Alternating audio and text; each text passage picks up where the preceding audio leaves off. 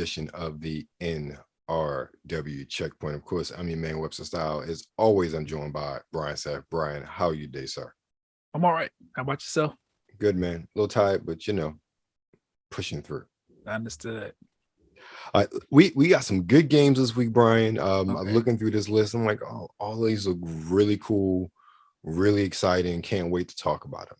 So first up is a game that we reacted to a while ago, and I think we talked about either last time or the time before because it was out in open beta, and that was Multiversus. So season one is out now at the time of this recording. If you're not familiar with the Multiversus, just imagine Super Smash Brothers with Warner Brothers characters. So we're talking about DC comic characters, movie stuff, Game of Thrones, Cartoon Network characters. It's a mishmash of characters from all of the various I would say Warner Brothers, but it's what Warner Brothers Discovery now properties. Yeah, something like that. Yeah, and I played through it doing a little bit. It's fun, and again, for a free-to-play game, I would definitely say try it. I believe with season one, I think I read they're adding Black Adam and I think Gizmo from the Gremlins. Yep. So it's definitely enticing, especially if you the Gremlins part, if you're old school cat like me. Gremlins holds a very special place in your heart. And Black Adam, obviously, with the Rock's movie coming out in October, I believe, is definitely something that you would expect them to be pushing right now. Yeah. And it's a fun game. So, I mean, I just got finished playing it. Okay. All right. Yeah, it's definitely fun. Yeah. I really enjoy it. I mean, like you said, they're moving into season one. They're still advertising that it's in beta, pretty much just like say, hey, we're still working on the bugs, but season one's underway. They have refreshed the characters that are being cycled through. Like there are like 2 or 3 characters that are normally locked that you can test out now during this, I guess, season one period. I don't know how long those characters will be cycled on free play, but it's a fun game. I'm enjoying it. They do have a local mode. I found it. It was tucked away in the okay. Yeah. All right. So I definitely got to check that out then. Yeah, they have a local play mode. And they also are reporting that sometime in the middle of this season one launch, they're gonna go ahead and put the rank mode in there. So they're definitely building out. It's just turned out to be an interesting game. All right. So if you haven't checked it out, both Brian and I have really enjoyed our time with Multiversus, and it's free to play. So you might as well download it. Yeah. And surprisingly, I see that it's not on the Switch. Yes. That I haven't seen anything about them trying to put it on the Switch. Obviously, it's a missed opportunity. But I'm assuming by the hell out of me. I don't get it either. Maybe they don't want to be in direct competition with Smash Brothers. I don't know. I'm assuming though by the time it's free to play. Yeah. I will put it on there, but who knows? Okay. I'm assuming by the time season 2 is announced, they'll have a Switch version available. I mean, it only makes sense. Right. Now, we have talked enough about companies leaving money on the table when it comes to the Switch.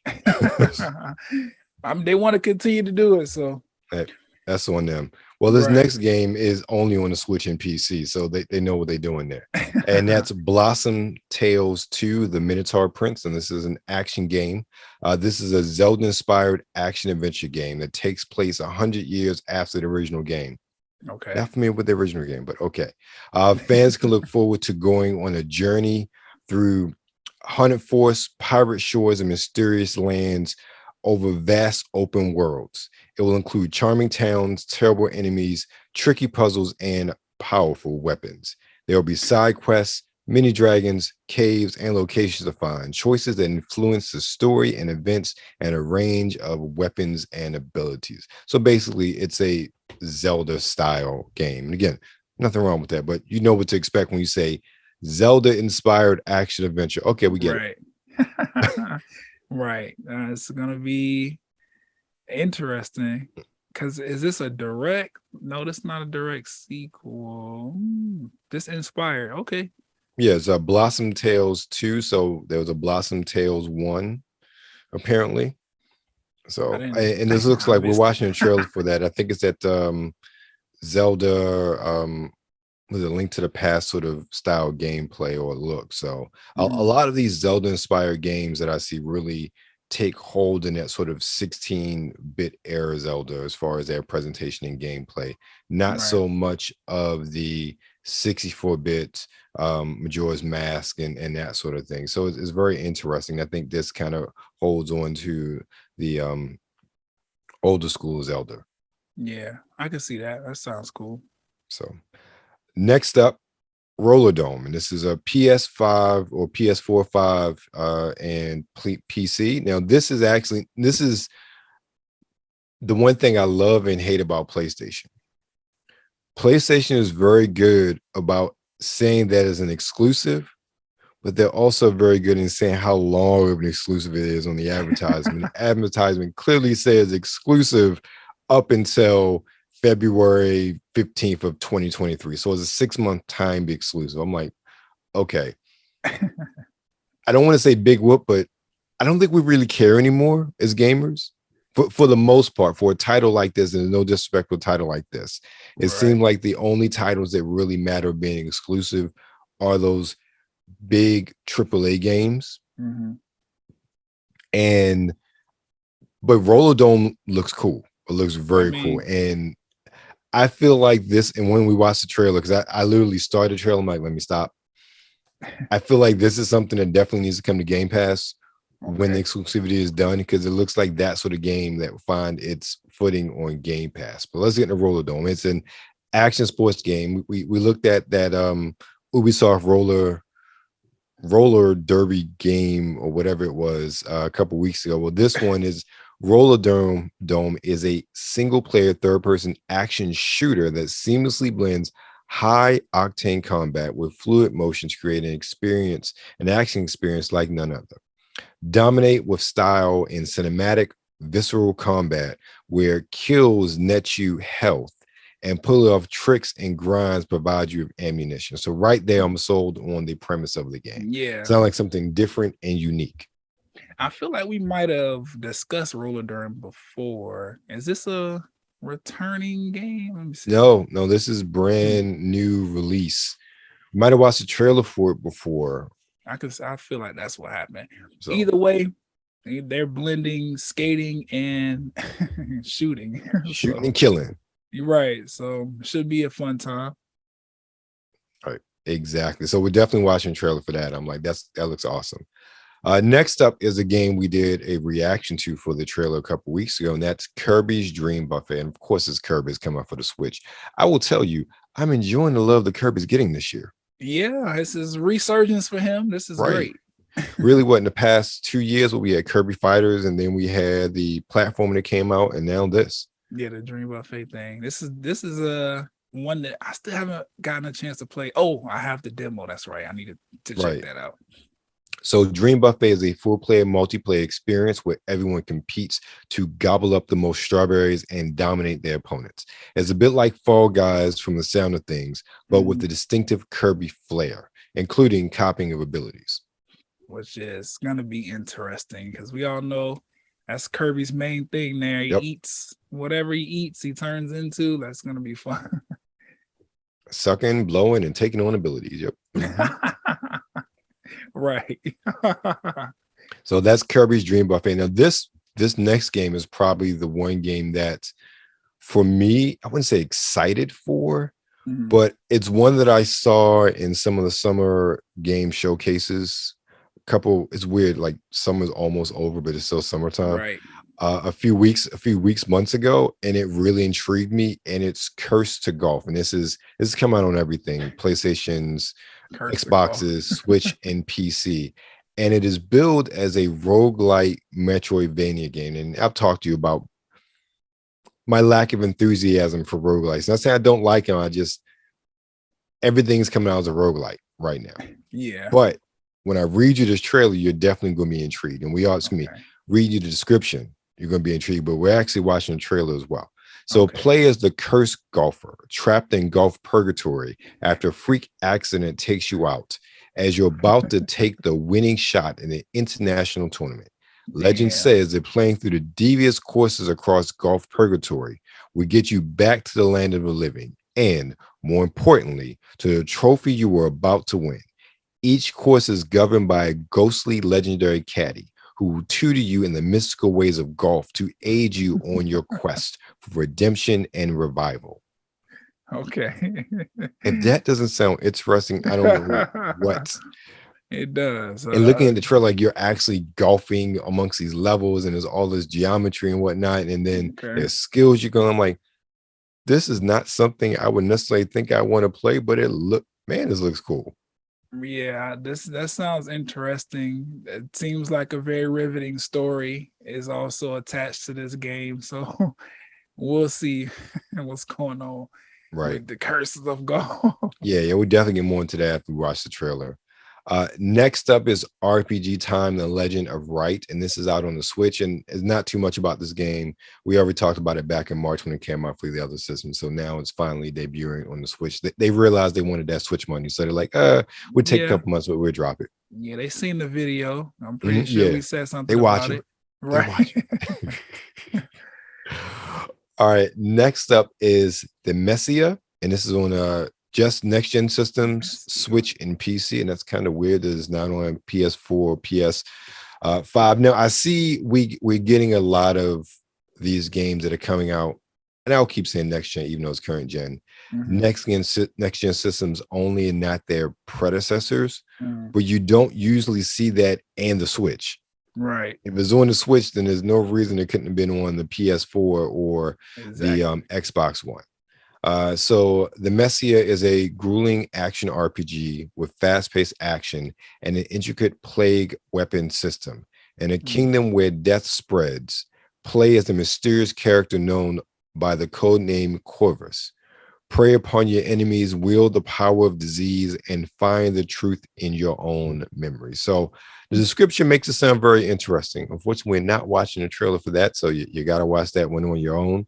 But it sounds interesting, and it looks pretty cool as well. I'm just, again, really surprised it's not on the PS4 and 5 and 4 and Xbox One, and there was no information on whether or not it's something that will be coming later.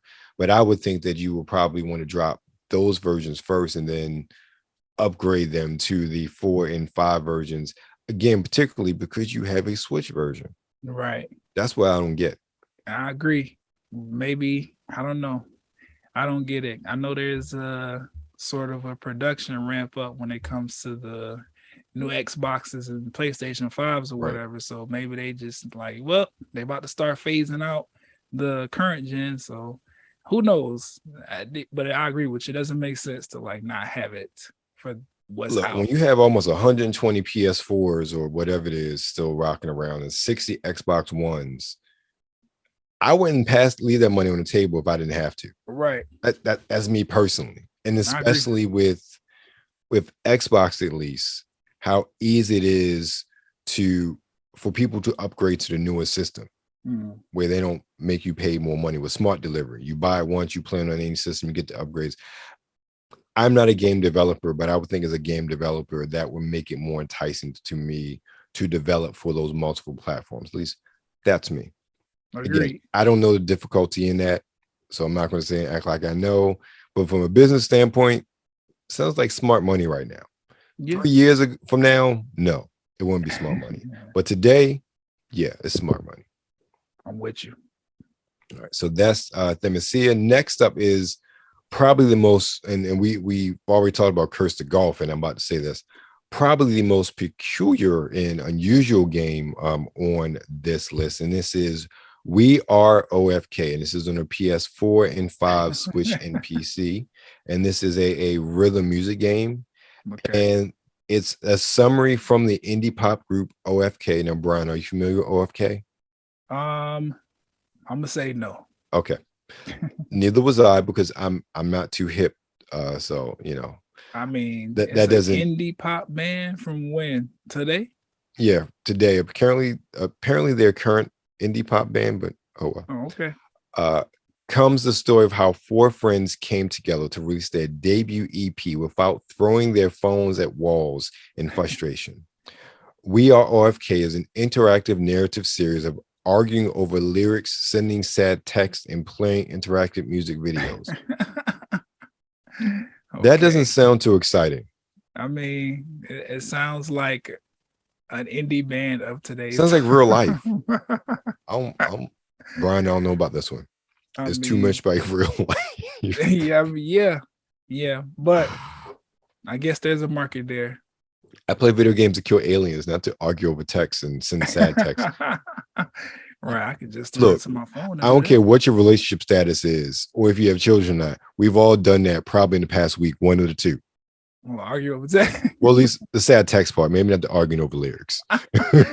We might as well go with both because if I'm not sad, what are we arguing about? Right, exactly. But it sounds interesting. I'll put it that way. I'm not saying like doesn't like my cup of tea, but I'm interested in watching the trailer as well. The trailer looks colorful. I just pulled it up, haven't watched it, so I'm going to be pleasantly surprised, hopefully, when it comes to that. Okay. And then the last game on the list for this week is arguably the biggest game on the list. It's a game that both Brian and I have talked about on many occasions at our displeasure of the monopoly of this game and the constant lack of iteration and advancement and improvement every year. Mm-hmm. And that is the only NFL game on the market, Madden NFL 23. And of course, that's for everything but the Switch, but we already know EA doesn't like the Switch when it comes to their sports games. So yeah, which I don't know why you wouldn't. Switches are, I don't know. Nintendo Switch has a reputation or a tagline of being for families and kids. If you want to get kids active in the sports, put sports games on the Switch. That's how you build a loyal customer. It's like, if I want people to be interested in basketball, get them started young. Why not put it on the Switch? But that's okay because we don't need games like Madden clogging up the Switch ecosystem. We got enough games that are just there doing their thing. So I get it. This is where I really dislike what they did with FIFA. I'm not a FIFA fan, mind you. I dislike what they did with FIFA, giving out those legacy editions and it pretty much being roster updates from the same one, from 2020 FIFA, what it was, like 2-3-year-old game, but you charge almost full price for it. I'm like, dude, really? It's a roster update. I don't see why EA, and this is the thing, okay, you don't think the Switch is your market for hardcore sports fans. Okay, great. I understand that. I'm not going to dispute you on that. However, you have enough talent, enough resources to make a, say, stripped down arcade version of these games with some simulation aspects and maybe throw an online play, and you can sell. If you give me an NFL style blitz game with a full roster or something like that, and maybe a season mode and online play, there are a whole lot of people who will buy that. I mean, it's a good idea. It's just who's over at EA is not willing to capitalize on it. I don't know what's going on with them in their sports games. They just sitting comfortable knowing they have a built-in fan base for these sports games.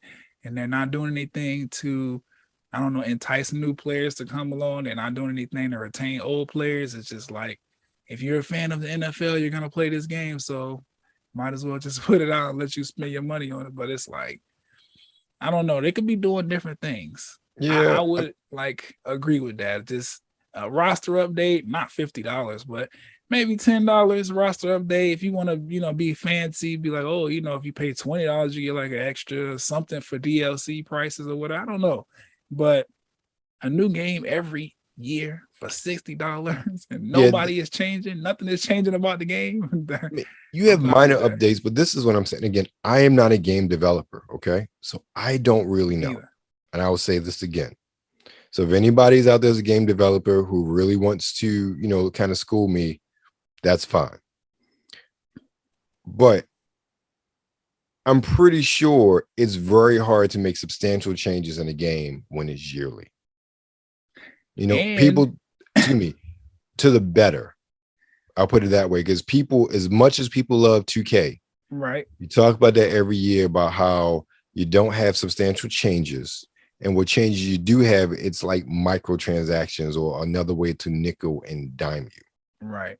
And I know EA was a king of loot boxes for a while before they started changing the laws, particularly in EU. But I'm not even a football fan like that. But it's very hard for me to understand the concept of buying any yearly sports game at this point. Yeah. Especially when there is a monopoly pretty much and on all of these franchises. NBA game, EA could make an NBA game, but they've fallen off. So it's like, no, they just stopped trying. Right. So 2K, Madden, they bought the exclusive license. It has been almost 20 years and I still miss 2K5. Still. And I'm not a football fan. I'm not a football game fan, but I loved that game. That game was so great to play. It was so fun to play. And the presentation, especially at the time, I felt like I was watching a real game. Like they did such an amazing job. And then Madden got spooked. And it was like, all right, we're just going to buy out the license. And here we are almost 20 years later. Madden, is it a good game? Yes. If you want to play American football, it is a good game. It is the only game. Pretty much everything you want's in it. But if you want something that's new and different and refreshing outside of a roster update, it's not here. Yeah, it's not here. It's definitely not here.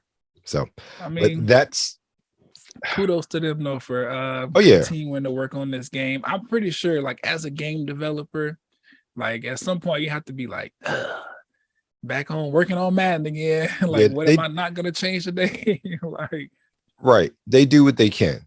And again, not to knock the team, but they bust their behinds to get this game out every year.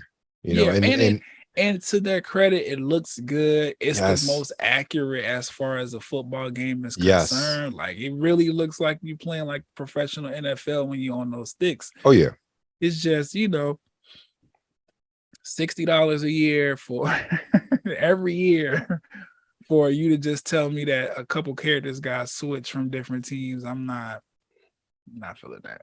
And I'm not a Call of Duty fan. And I really have a problem with Call of Duty coming out every year.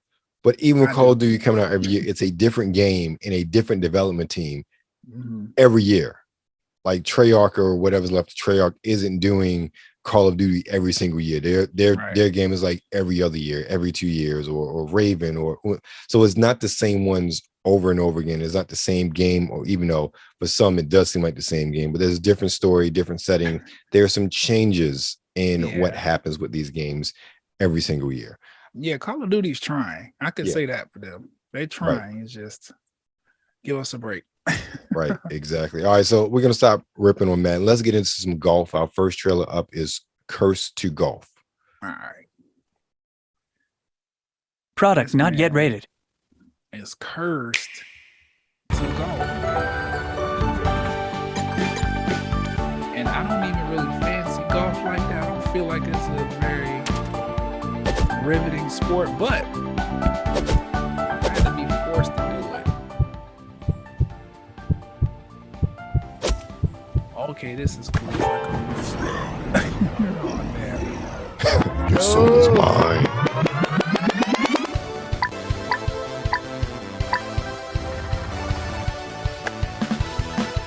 That's something you take the hit the water hazard, they take your soul. Oh, okay. You're on the side. You put a perk on it and it just bounced off the water. Okay. Golf-like adventure, you could say that. Is it? This looks really cool and interesting. It does. It's quirky. I like that. Right. Booster packs. Got different kind of balls you can use. Trick balls.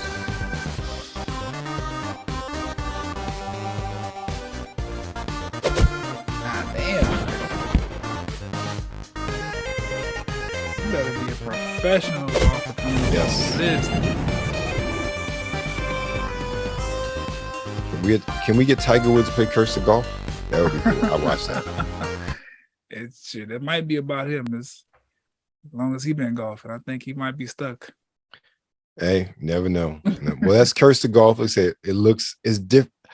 We've said it before, ladies and gentlemen. Mm-hmm. Even if we don't necessarily go toward this game, we love it when developers try new things and push different ideas instead of just rehashing and regurgitating whatever the trend is in video games. And I'm excited about this because this is different and something clearly that neither one of us has ever played before. Right. I agree with you. Like, give me something different. Right. And especially if it's going to be low bit rate like that, like definitely something fun and easily immersive. Right. Exactly. All right. Curse Next Golf. up, let's get into indie pop bands that we've never heard of. Right. And let's go with We Are OFK. I keep wanting to say OKF for some reason. War What does sucks. OFK stand for? In a world full of war, where war is just doesn't have anything to do with politics or race or imperialism. Out there, we look to each other and to our thick arms. You done? And you're like, how did they get them that thick? Is this like an alternate reality where arms are just that thick, or are they robot arms? Our last hope is arms. Luca, focus. Okay, sorry, for real. PlayStation promo time. Yep. I'm just supposed to introduce our band and the game about our band, right? Ooh, can we do something fun with it? Like, can we be like, why is it called State of Play? What are we, the president? We've talked about these jokes. Hey, you. Jokes suck. Hi, we're still driving. Jay, I heard back from the mix engineer, and she's cool with getting song stems on Sunday. Itsu! How's the PlayStation blog post going? Are hashtags too much? I want to reach more people, but I don't think I trust people who use hashtags. Itsu, you're the best at this. Damn. I'm proud of you. I just do things. Carter, what you working on? Just a little audio filter I cooked up for debug here. Can Debug make me sound like a demon? Okay. Give me one more run through and we'll take a proper break, yeah? Okay, hi! We Are OFK is a new music biopic game about us, the indie pop group OFK. It's a 5-episode series about how we started the band here in Los Angeles and how, so far, we have not screwed it up. You get dialogue choices and texting and flirting, and each episode lets you play an interactive music video of a new song from our debut EP. That's 5 episodes, 5 songs. And if you join our mailing list today, you get a life-size cutout of our whole band wearing nothing but PlayStation 5 DualSense controllers. Oh, God. No. Nope. Okay, the cutout is still TBD, but We Are OFK is coming to PlayStation 5 and PlayStation 4 in 2022. The future. The future, thick arms. We are OFK. Okay, bye. We love you. All right, let's talk now. Now I've seen this All trailer. This is some genius levels shit. Yeah. This is Genius very, level very, shit. Very, very good marketing right here for it. Yes. I'm really that's cool. But I like the game. Well, based on what I saw from the trailer anyway, the game looks very, very good. I like the art style. Of course, the band has a lot of chemistry. Like this is that's that's interesting. I'm impressed. What a way to release your debut EP. Right. Through a 5-episode video game. Right. Like, what? And in the end of each episode, you get to play through the music video for the song. That's pretty cool. Yeah. That's really cool. I have to I'm impressed. I've only seen that really once, and it's a long time ago. Back in the Windows Phone days, a dope MC out of Seattle, Julie C, who I introduced Kuya P to a little while ago. She released her EP as an app on Windows Phone. Oh, okay. I was like, this is dope. And I ended up going to Seattle like for a conference, and I interviewed her. And she's like, yeah, my dad's an old school coder, so he did it. That's cool. Yeah, exactly. So yeah, I like creativity like that. Yes. So okay. I am high on OFK. I'm actually going to look them up just to see what their music sound like when this is over, because I'm curious now. Yeah, I would not be buying this on PlayStation because PlayStation, but still, I'm looking for. I would actually watch a playthrough of this online because this seems like it would be really interesting. Yeah. I'm gonna check it out. I suppose what is the release date? It is, oh yes, August, did it say? Yes, 2022? is this week. I don't know what day. What today is Wednesday, so Yeah, tomorrow probably sometime. or Friday at the latest if it's not out already. Yeah, I'll check the PlayStation Store and see Yeah. what's up. But this is definitely gonna be an interesting playthrough. I kind of just want to check it out just to like experience this kind of rollout. That's really unique and interesting. And for Yeah. this to be their debut EP and they already have like a video game and stuff like that, like, that's pretty cool. Yeah, that's cool. They definitely worked that out in their marketing budget. Smart on them. Like very, very well. That was great. Right. All right. Next up, we have something a bit more retro. Blossom Tales 2, the Minotaur Prince. Oh yes, this is our Zelda inspired. Zelda, yeah, inspired. Oh, there it is. Yeah, Look very at much a link to the inspiration. past sort of vibe. Oh, is there a sword like Zelda? Oh.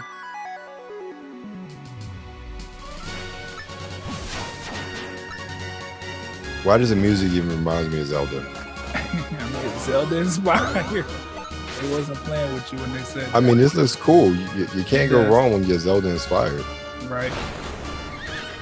And clearly people like the first one if they got a sequel. All right, this is number 2.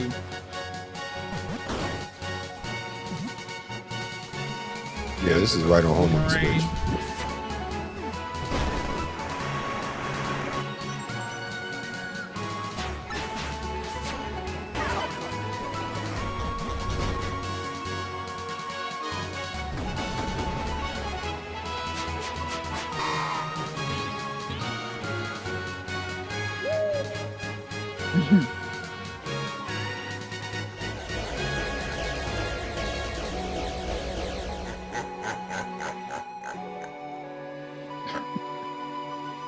All right, that lives up to the description, definitely. Yeah, absolutely. I see all of the inspiration from Zelda there. It's definitely Zelda's little sister. Yep, that's a good way of putting it. Definitely a good way of putting it. Wow. And last but not least, we have our cinematic murder game simulator, I guess, Rollerdrome or Rollerdrome. I keep saying Rollerdrome. Rollerdrome. Rollerdrome. Why did they put that R there, man? What's going on?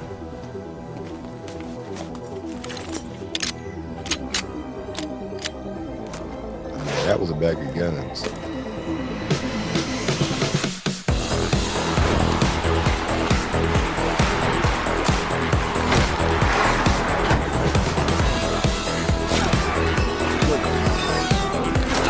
Why did they do that in real life?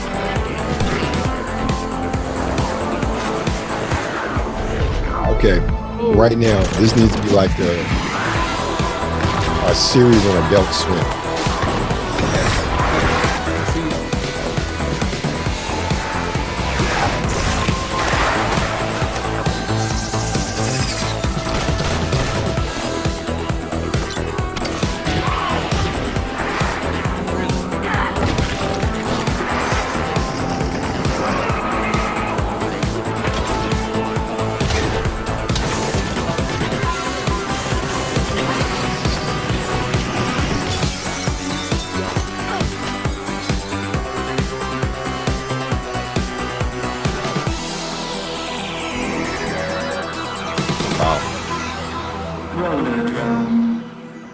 Available now. That's a great trailer.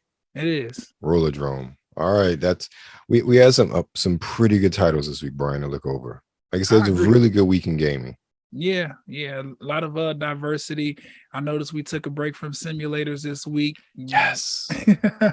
So yeah, I could definitely agree, which is a good gaming week here. Right. So Brian, what's coming up with what's going on with you this week, Brian? A long day. Just chilling, you know. So I'll be here on the checkpoint, and then this thing here, my podcast, should be having another episode sometime soon. Haven't decided yet, but working on it. Other than that, I'm relaxing. Got you. See, with me, another episode's coming out eventually. some dope trailers dropped in the past couple of days. She-Hulk's coming out as a time of this recording tomorrow, so I'll be talking about that. If you haven't already, there's a review up on NRW about the first 4 episodes, so definitely check that out. By Nerd is a Heather or Heather's a Nerd, whichever one you want to follow her under. So that's definitely a great review to watch if you're interested in She-Hulk. But I will tell you one thing I'm interested in gaming wise, and it's not this week, but it's the end of the month.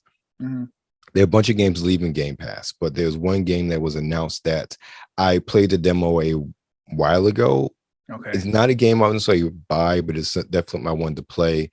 And that was Immortals Phoenix Rising from Ubisoft. Well, that's coming on Game Pass as of the 30th of August. So I'm like, I will definitely be playing it. That's a big title, in my opinion. I think didn't get as much love as it should have when it came out. Okay.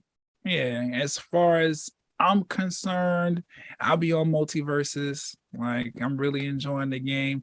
There's a new legend out on Apex Legend. I've been getting into this season of the gameplay, so I'll probably be stuck between those games and a few other ones that I'm like playing through. Sounds good. And where can they find you, Brian? Put this ad in. Like, if you got social media, I feel like Instagram and Twitter are probably the most popular ones right now, and TikTok. So if you put this in, like, on any one of those, I should pop up, like you see, and then you hit the follow button, watch some videos, who knows? But that's where you can find me at. Comments open, DMs open. We'll figure it out. All right. And of course, I'm WebsterStyle, the man, the voice of fragrance, where we are redefining the lifestyle of a gentleman. Find me anything, everything is WebsterStyle at WebsterStyle.com. Of course, IG at WebsterStyle, Twitter at WebsterStyle, and TikTok at _WebsterStyle. But hold up, we're not done yet, because our illustrious producer, Kuya P, has found us game footage of Rollerdrome. Talking about some of the mechanics that we're seeing on screen here. Maybe we'll kick off with the combo meter on the right-hand side. So how does that work in the game? Kind of like the this looks so cool. And grinds and various sort of skating feats will score points. The combo is actually incremented by making kills. Yeah, like slow mo right? So you see here, every time Kara makes a kill on screen, that number is going to increment. And Xbox, so, there's always a timer. You can see like the fill on the number is basically like your countdown before your combo times out, and it gets banked. But doing damage to enemies will like kind of top the timer up to keep it going, and conversely, taking damage from I like enemies the course. will deplete it. How it's not a large course, but it's large enough, especially the tricks and everything. We want the player to do. We want where you have enough separation from the enemies. To get score. Oh, they got people up on the balcony too. And if they do all those things, I see there's a ramp up there. Big scores, big combos, and perform well. That's gonna bear like. I like this whole slowdown feature that they got going on. Within the fiction of the sport, it was a good run. Got you. Right. That's cool. And obviously, as just keep moving seems to be the thing as well. We're seeing some dodges, and is that reflex mode as well? Can you talk a little bit about that? Yes, I can. So, like, It looked really interesting. Yeah, that was cool. So that was some video gameplay of Rollerdrome. Of course, you are with Nerds Rule the World. Make sure you follow us on Twitter at the NRW, on Instagram at New Release Wednesday, and of course, you're currently on YouTube. So make sure you like, share, and subscribe. Thanks.